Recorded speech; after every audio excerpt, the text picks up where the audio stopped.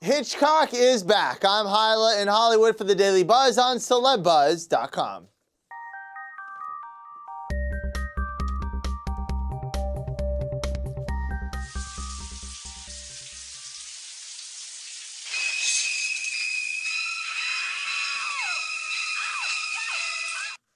That's some original Hitchcock for you there. Now, before you catch the new stuff with Anthony Hopkins, Jessica Biel, Scarlett Johansson, and the rest of the crew, make sure you check out some of the classics. Joining me in studio right now is our very own Hitchcock expert, senior film editor Todd Gilchrist. Todd, you've been geeking about Hitchcock all week long. There seems there's a lot of it here. So what exactly do people need to see, and why is there so much of it happening right now?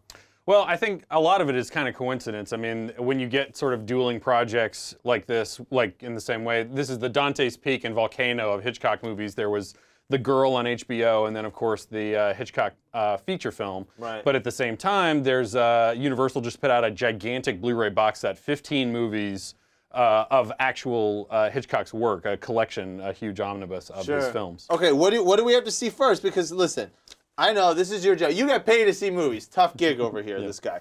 But seriously, if you have to cherry pick, where should people start before they jump into the new stuff?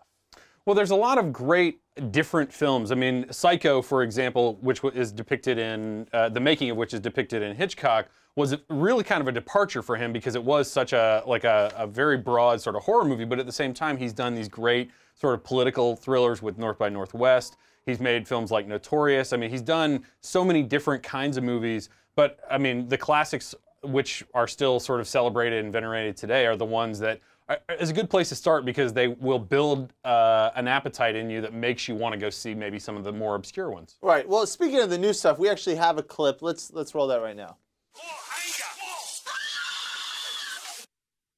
So are you digging this? Are you feeling this new stuff that they're putting out there? You know, I like the two films all right. I think that, you know, there's been so much written about Hitchcock that if you are a cinephile and you follow his work, like the information that you find out is not really that surprising. At the same time, it is fun to sort of look at, for example, when you're talking about the making of Psycho, the fact that he was well aware of how unusual it was to say, kill off the leading lady after 30 minutes of the film, or, you know, to make these really specific choices, which now we sort of think of, you know, almost as like a cliche, but at the time, you know, there were things that were really, really unique and shocking to audiences. So we can go into this new Hitchcock and be fine, and we don't need the education of some of the old stuff, but you recommend that we do, right? Well, definitely, if you're going to watch either The Girl or Hitchcock, it would certainly benefit you to see The Birds or Psycho. But you definitely don't have to. I mean, I think that they're both films that are engaging sort of on their own merits as just stories of,